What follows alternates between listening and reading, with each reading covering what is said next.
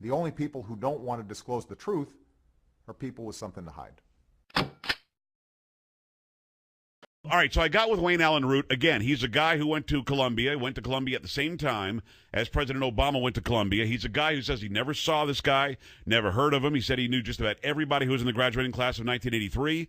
He says that he didn't know of anybody named Barry Soetoro, didn't know of anybody named Barack Hussein Obama II, and of 400 people who graduated that year, I guess they were all called, and nobody remembered seeing Barack Obama. And he makes some allegations, and he says Mitt Romney's got to step up to the plate, and he's got to say something, got to challenge Barack Obama right now. Don't sit back and just be the whipping boy for these allegations by Harry Reid and others. Just go right after Obama and say, all right, I'll show you mine if you show me yours. Well, they're desperate. First of all, hi, Joe. How are you? It's great to be on with you again. Great to have you on, my friend. And it's great to be at the center of an interesting controversy because what I wrote made the front page of Drudge Report. It's there now. It's, of course, started on Glenn's website, The Blaze, and I thank Glenn and all those people for giving it its start. And the fire is spreading. It's gone viral, and TV and radio stations all over the country are calling, like, how about 12 a minute? Wow.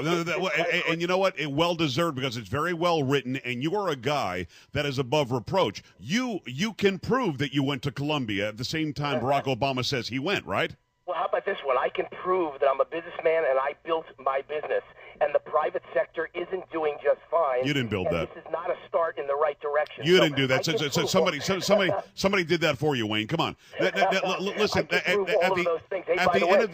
ahead. Have you ever heard my answer to that? I think my answer is the best one, which is not just to be angry and say I built it. My answer is you're right, Mr. Obama. The infrastructure was built, the airports, the hospitals, the bridges, the education system, public schools, police, fire, national defense. But you need to thank us. We don't need to thank you. We, the business people, paid for it already. It was our payroll taxes. It was our workers' comp. It was our business taxes. It was our income taxes. It was our employees who we created their jobs, and they paid taxes. That's how we paid for all your infrastructure. Therefore, you need to thank us. We've already done the work for you.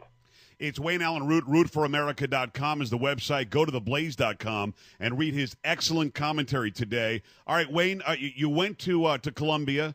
You graduated in '83 when Barack Obama says he graduated. Did you know him? Do you remember him? Does anybody know him or remember him?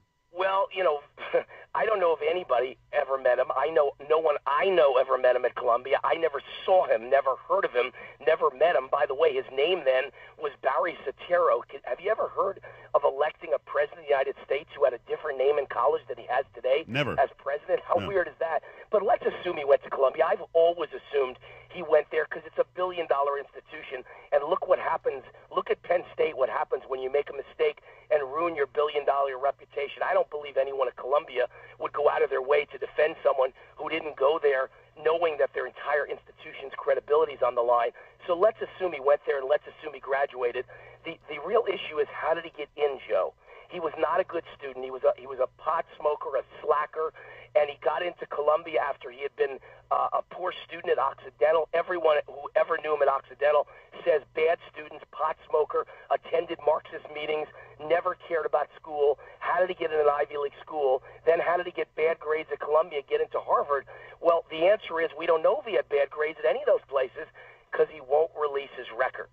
So I started thinking, and this is where this all came up. I said, first of all, Harry Reid has opened the door for me. If he's allowed to guess about Mitt Romney's tax returns, then a former classmate of Obama has the standing to guess about Barack Obama's scandal, and I believe it's at Columbia. I'm a Vegas odds maker. I'm like a police detective. I look at clues, and I use my gut instinct, and I have a hunch. Well, hold on 1 second, because I want to ask you this. As a Vegas odds maker, what are the chances, what are the odds that a guy who's worth over $200 million can go 10 years without paying his taxes and the IRS doesn't do anything?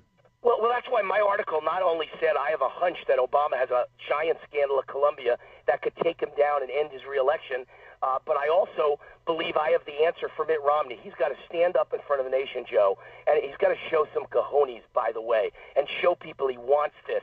Not like George H.W. Bush that looked at his watch during a debate and didn't really care and yawned. This guy has to show he wants to be president of the United States, and he could play the same hardball as Axelrod in Chicago. Well, what specifically should Mitt Romney say to Barack Obama today? He should say to Barack Barack Obama, I'm ready to show you everything. 10 years of tax returns, my marriage certificate, all of my business dealings. I'll show you everything I've ever done in my life if you show me yours, but I'm not releasing mine till you show me your college records, your Social Security number that is rumored to be from Connecticut, even though you've never been lived in Connecticut in your life, your birth certificate. Everything Obama's got should be now released and unsealed in return for everything Romney's got.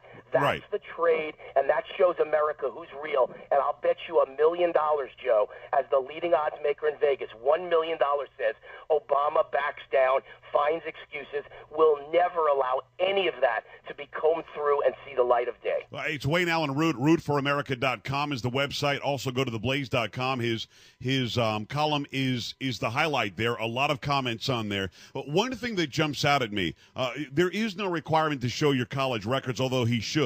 There is, however, a constitutional requirement to prove your citizenship. Let's assume for a second that Barack Obama was born in Hawaii, like he says. Let's make that assumption. You and I both know, and Barack Obama admits to this, that he went to school as a youngster in Indonesia. Indonesia was at war at the time. You cannot enroll a student unless that student is an Indonesian citizen at that point in his life when he was there. How did he come back to America? When did he go through customs? When did he go through immigration? And how did he get his citizenship back? Why can't we know those answers? I got breaking news for you on that one. First of all, my guess in the article was never that he wasn't born in America. I've never said that, never thought that. I believe he was probably born in Honolulu just like he always said he was. It's a fact he went to Indonesia with his mom. It's a fact he went to public schools in Indonesia, which you cannot go to, as you said, without being an Indonesian citizen. Right. And so I always assumed, as I said in the article, he is basically abandoned by his mother, neglected, sent to Hawaii to live with his grandparents. Mom's abandoned him. Dad's not in his life. Nobody's paying any attention to a young Barack Obama. And do you really believe that in that situation they all thought about changing his citizenship back to American? And so he's an Indonesian citizen, and suddenly he realizes as he's getting ready to go to college and he's got lousy grades and he can't get into any decent school in America and he's got no money, he suddenly realizes I can get into the best colleges in America, and it's all paid for by the American taxpayer if I'm a foreign exchange student with a little bit of diversity to add to the university, and I'm a good talker. I'll talk my way in. I've got an exotic background. I'll tell him I'm Indonesian, and next thing you know, voila, he's a student at Occidental. Next thing you know, he's transferred to one of the best schools in America, my school, Columbia University. Next thing you know, he's at Harvard Law School. But the problem is you can't be president of the United States if you were a foreign exchange student in 1983. So now he realizes as things accelerate, he has got to cover his tracks. This is what I believe happened. Well, at 4 in the morning today, my phone rings, and unfortunately I put it next to my bed in case of emergency. Yeah, right. So I get woken up at 4 in the morning. It's a reporter, an investigative reporter from Breitbart who is in Jakarta, Indonesia, studying Obama's life as we speak, and says he has absolute proof Obama became an Indonesian citizen. It's a fact. It's not a question. He said, I'm looking at it right now. I've spoken to his teachers. I've spoken to his principals. You cannot go to public school in Indonesia as an American citizen. There is no such thing. And I have located the proof that he was adopted by his mother's new husband and became an Indonesian. So, Wayne, I think your story's right because that's how he got into Colombia. So there it is.